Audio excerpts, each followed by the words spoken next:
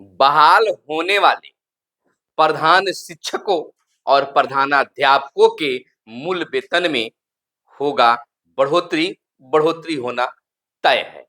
शिक्षा मंत्री सुनील कुमार ने दिए बड़े संकेत। पद बढ़ा पर वेतन घटा, नतीजा ज्वाइन ही नहीं कर रहे हैं प्रधान शिक्षक, बने नियोजित शिक्षक। बंशीधर बरजवासी, एमएलसी बंशीधर बरजवासी ने बजट सत्र में प्रश्न उठाने के लिए तैयार। आखिरकार प्रधान शिक्षकों और प्रधानाध्यापकों का अपने कनिये से वेतन कम क्यों है? योगदान देना अपमानजनक प्रतीत हो रहा है बिहार में बहाल होने वाले प्रधान शिक्षकों का। मान रहे हैं कि अगर हम प्रधानी में ज्वाइन करते हैं तो मेरा वेतन कनिये से कम हो जाएगा। यह तो अपमानजनक है, अपमानजनक प्रतीत होता है। आखिर यह अपमान कौन कर रहा है? क्या इसका निराकरण बिहार सरकार, शिक्षा विभाग, शिक्षा मंत्री करेंगे? नमस्कार, मैं हूं सुनील बॉबी और आपको इस चैनल में स्वागत है। जितने भी प्रधान शिक्षक, प्रधानाध्यापक बहाल हुए हैं या फिर बहाल होने वाले, प्रधानाध्यापक की बहाली पहले भी हुई है और होने वाले भी हैं, तो तमाम शिक्षकों से मेरा आग्रह है, विनम्र निवेदन है कि चैनल पर पहली बार आए हैं या अब तक चैनल को सब्सक्राइब नहीं किए हैं तो चैनल को सब्सक्राइब कीजिए, सपोर्ट कीजिए। हम भी आपके जो मूल मांग है उसके लिए तैयार है उठाने के लिए। आप केवल चैनल को सब्सक्राइब कीजिए, सपोर्ट कीजिए और हम भी आपके सपोर्ट में खड़े हैं।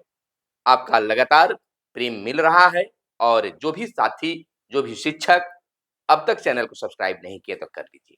देखिए, अब एक बड़ी बात छिड़ गई है कि आखिरकार जिस स्कूल के हेडमास्टर, देखिए हमारे नजर में चाहे वह प्रधान शिक्षक हो या प्रधानाध्यापक हो, वह है हेडमास्टर। तो हेडमास्टर साहिब का वेतन कम हो और उनके कनिये जो सहायक शिक्षक हैं उनका वेतन ज्यादा हो, यह तो प्रतिष्ठा की बात है, अपमानजनक प्रतीत होता है। शिक्षक नाराज है सरकार से। आखिरकार हम कैसे ज्वाइन करें? जहां अभी वर्तमान में हैं वहां हमें वेतन ज्यादा मिल रहा है और वहां जाने के बाद, प्रधानी का पदभार ग्रहण करने के बाद वेतन कम हो जाएगा। हालांकि इसको लेकर बिहार के शिक्षा मंत्री सुनील कुमार ने बड़ा संकेत दिया है, कहा है कि इसके लिए बैठकें हो रही है, बैठक होंगे और जो बातें निकल कर आ रही है वह भी सामने आया है कि इनको वेतन, मूल वेतन में बढ़ोतरी को लेकर वित्त विभाग के पास फाइल पहुंची है लेकिन वहां अटका हुआ है। पहले भी बहाल हुए हैं प्रधानाध्यापक में, उनका अभी तक वेतन बढ़ा नहीं है और नियोजित शिक्षक जब शिक्षा मित्र से बहाल हुए और नियोजित शिक्षक आज तक बन गए हैं, कह सकते हैं कि विशिष्ट शिक्षक भी बन गए हैं, तो आज तक यह देखा गया है कि किसी भी कोटि का अगर शिक्षक का वेतन बढ़ता है तो सभी का बढ़ता है। तो आखिरकार ऐसा कैसे होगा कि केवल प्रधान शिक्षकों का बढ़ेगा? बहुत तरह के तर्क हैं, लेकिन शिक्षा मंत्री ने संकेत दे दिया गया है कि उन्हें बैठक होगी।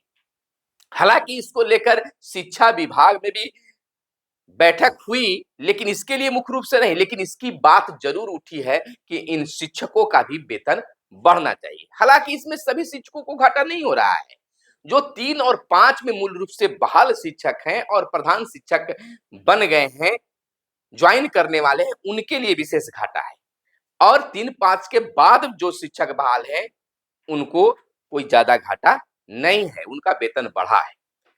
तो सरकार और विभाग उधेड़-बुन में है कि कितने शिक्षकों का वेतन बढ़ रहा है, कितने शिक्षकों का वेतन घट रहा है। इस पर जोड़ घटाव जारी है। लेकिन 5 ही शिक्षकों को मान लीजिए कि घट रहा है तो घट तो रहा है, क्योंकि यह जो विज्ञप्ति है, विज्ञापन जो था प्रधान शिक्षक का, वह पुरानी विज्ञापन के आधार पर हुआ है। 30,500 उस समय निर्धारित किया गया था, जब उस समय नियोजित शिक्षकों का वेतन इससे कम था। और अब उसी विज्ञापन पर बहाली हुई है, तो निश्चित तौर पर सरकार और विभाग को चाहिए कि इसके मूल वेतन में बढ़ोतरी किया जाए, परिवर्तन किया जाए। देखिए, अखबारों में भी खबर छपी है। प्रमुखता से दैनिक भास्कर ने खबर को लिया है, प्रकाशित करने का काम किया है। पद बढ़ा पर वेतन घटा, वाह क्या बात है, बिहार में ऐसा भी होता है। नतीजा ज्वाइन ही नहीं कर रहे हैं, यानी पद बढ़ा वेतन घटा, नतीजा यह हो रहा है कि शिक्षक ज्वाइन ही नहीं करना चाह रहे। सांत्वना के लिए शिक्षा मंत्री सुनील कुमार ने कहा कि शिक्षकों की समस्या के बारे में विभागीय बैठक होगी। यह तो कोई भी नेताजी कह सकते हैं, लेकिन कहे हैं तो चुनावी वर्ष है, होगा ही। इधर बंशीधर बरजवासी जो एमएलसी हैं तिरहुत का, उन्होंने भी अपने फेसबुक अकाउंट पर तारांकित प्रश्न को उठाने को लेकर जारी किया है पत्र, लेटर पैड पर छपा है। इस चीज को भी उठाएंगे, यानी प्रधान शिक्षकों की जो मूल मांग है वेतन बढ़ोतरी का, उस पर उन्होंने प्रश्न लिया है और बजट सत्र के दौरान इसको उठाएंगे, विस्तार से इनके बारे में बताएंगे पत्र में क्या कुछ है। उससे पहले हम आपको बता दें कि बिहार में 15,000 नियोजित शिक्षक है परीक्षा पास कर प्रधान शिक्षक बने, लेकिन यह ज्वाइन नहीं कर रहे हैं। द्वंद्व वेतन को लेकर है, यानी कि जो विभत्सता बन रही है वह वेतन घटने को लेकर है। दरअसल भर्ती प्रक्रिया में हुई देरी इसके मूल में है, यानी कि आखिरकार यह घटता बढ़ता वेतन का बातें कहां से आई या हुआ कैसे। तो पुराने विज्ञप्ति पर यह बहाली हुई और नई प्रक्रिया के आधार पर इसमें लोगों को भर्ती किया जा रहा है, तो वेतन तो घटना तय है। प्रक्रिया में देरी हुई थी, विभाग की गलती है, सरकार की गलती है, शिक्षक की गलती नहीं है। आप उसी समय बहाली ले लेते। शिक्षक पहले भी फॉर्म भरे थे, वही शिक्षक अब फॉर्म भरे हैं, तो ये आपकी गलती है, तो आप अपनी गलती को तो सुधारेंगे ही। आपको बता दें कि प्रधान शिक्षक और प्रधानाध्यापक को भर्ती नियमावली 2021 में बनी थी। 2022 में वैकेंसी निकाली गई। अब नियोजित शिक्षकों का मूल वेतन 26,000 रुपए था उस समय, जबकि प्रधान शिक्षकों का मूल वेतन 30,500 तय किया गया था।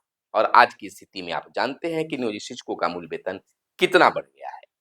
2 लाख नियोजित शिक्षकों ने प्रधान शिक्षक और प्रधानाध्यापक का फॉर्म भरा। भर्ती प्रक्रिया पूरी होने में 3 वर्ष लग गए। वाह, इस बिहार का शिक्षा विभाग 3 साल, और उसकी भुगतान नियोजित शिक्षकों को होना पड़ रहा है। इस दौरान शिक्षकों का मूल वेतन 31,340 रुपया हो गया, जबकि वैकेंसी के मुताबिक प्रधान शिक्षकों का वेतन 30,500 रुपये ही अब तक है। अब तक इसके लिए कोई बड़ा घोषणा नहीं हुआ है। अब प्रधान शिक्षक के पद को लेकर नियोजित शिक्षक वो में फंसे हुए हैं, ज्वाइन करें या न करें। ज्वाइन करेंगे तो जो वेतन मिल रहा है वह 4 से 5,000 रुपये घट जाएगा। प्रधान शिक्षक और पुराने नियोजित शिक्षकों के मूल वेतन में भी 850 रुपये का अंतर है। प्रधान शिक्षकों के चयनित नियोजित शिक्षकों का मानना है या कहना है, कह सकते हैं कि उनका जो मानना इस प्रकार से है कि वेतन बढ़ोतरी एक नियम के मुताबिक होती है, यानी कि आज प्रधान शिक्षक और नियोजित शिक्षकों के वेतन में अंतर है। बिहार राज्य में कई तरह की बातें हैं, कई शिक्षक संगठन के नेताजी भी बातें उठाए हैं। नियोजित शिक्षक से प्रधान शिक्षक बनने के साथ ही पद बढ़ गया है, लेकिन वेतन घट गया है। 2000 के बाद नियुक्त नियोजित शिक्षकों का मूल वेतन प्रधान शिक्षक से अधिक है। ऐसे में सरकार को मौजूदा वेतनमान से अधिक प्रधान शिक्षक के पद के वेतन का निर्धारण जो है करना चाहिए। यह निश्चित तौर पर सभी लोग मांग कर सकते हैं। तो अब ये देखिए, पद बढ़ रहा है लेकिन वेतन घट रहा है, किसे स्वीकार होगा? किसी को स्वीकार नहीं होगा। आप किसी और लोग वीडियो अगर देख रहे हैं तो आप भी सोचिएगा कि क्या ऐसा पद कोई धारण करना चाहेगा कि हमारा वेतन आज 50,000 है और फिर हम जाकर 48,000 पर चले जाएं? कोई स्वीकार नहीं करेगा।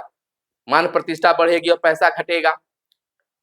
नियोजित शिक्षकों का उम्र भी बढ़ गया है और उसमें कई लोगों का 8 वर्ष, 10 वर्ष, 15 वर्ष बच रहा है और वेतन छोड़कर जाएंगे, तो ऐसी स्थिति बन गई। इसको लेकर एमएलसी बंशीधर बरजवासी ने भी सवाल तैयार किया है कि बजट सत्र 2025 के दौरान तारांकित पत्र पूछेंगे। इसकी सूचना भी उन्होंने पत्र के माध्यम से दिया है। उनका कहना है, उन्होंने माननीय शिक्षा मंत्री विभाग से बताने की कृपा की गई मांगी है कि आप बताएं।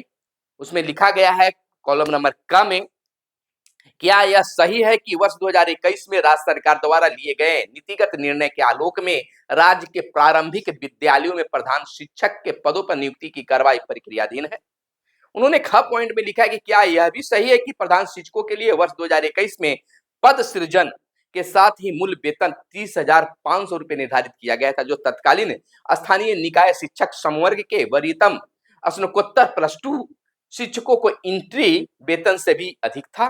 पुनः 2023-24 में बिहार विद्यालय अध्यापक नियमावली एवं बिहार विशिष्ट शिक्षक नियमावली प्रख्यापित होने के बाद मूल कोटि के शिक्षकों के वेतन 21,290 रुपये को बढ़ाकर 25,000 रुपये किया गया, परंतु प्रधान शिक्षक के लिए निर्धारित मूल वेतन में कोई बढ़ोतरी नहीं की गई। फलस्वरूप नियोजित शिक्षक या विशिष्ट शिक्षक का वेतन प्रधान शिक्षक से अधिक हो गया है, जिस कारण नियोजित शिक्षकों को प्रधान शिक्षक पद पर योगदान देना अपमानजनक प्रतीत होता है। उन्होंने भी लिखा है, उन्होंने ग पॉइंट में कहा है, क्या यह भी सही है कि प्रधानाध्यापक पद के लिए निर्धारित वेतनमान में भी इसी प्रकार की विसंगति है? उन्होंने घ पॉइंट में लिखा है कि यदि उपयुक्त खंडों का उत्तर स्वीकारात्मक है तो क्या सरकार बताएगी कि प्रधान शिक्षक और प्रधानाध्यापक पद के लिए निर्धारित वेतन में विद्यालय अध्यापक एवं विशिष्ट शिक्षक पद के वर्तमान वेतन के समानुपातिक वृद्धि का विचार रखती है, या तो क्यों? यानी कि रखती है, नहीं तो क्यों?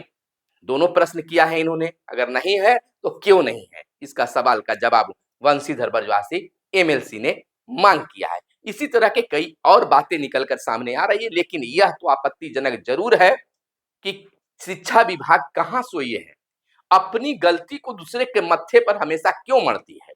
आपकी गलती थी कि आप 2021 की विज्ञप्ति को 2025 में लागू कर रहे हैं और उस वेतन को, जब नियोजित शिक्षकों का वेतन उस समय 30,500 से कम था, उस समय आप निर्धारित किए थे और उसी वेतन को, मूल वेतन को आज लागू कर रहे हैं। तो यह तो अपमानजनक है। आप अपमानित कर रहे हैं तो शिक्षक उसमें क्यों जाएंगे? केवल सम्मान बीपीएससी से बहाल प्रधान शिक्षक साहब आए, ज्वाइन किए हैं, तो वह कितने दिन तक वह मान सम्मान महसूस करेंगे? घर परिवार वालों को क्या वह मान सम्मान उनके लिए काफी होगा? क्या उनकी परिवार चल पाएगी? और रोज वह कूढ़ेंगे कि अब मेरे जो कनीय शिक्षक जो हैं, उनका मूल वेतन जो है हमसे ज्यादा, यानी वेतन कहिए, पैसा कहिए कि पैसा ज्यादा मिलता है, हमें कम मिलता है। क्या वह प्रधानी कर पाएंगे? बिल्कुल नहीं। हमेशा वह सोचते रहेंगे और समझ लीजिए कि वो मानसिक रूप से पीड़ित भी होंगे। तो बस तमाम चीजों को जानकारी के लेकर मैंने आया था। आपके विचार में क्या कुछ सही और क्या कुछ गलत है, आप पर छोड़े जाते हैं।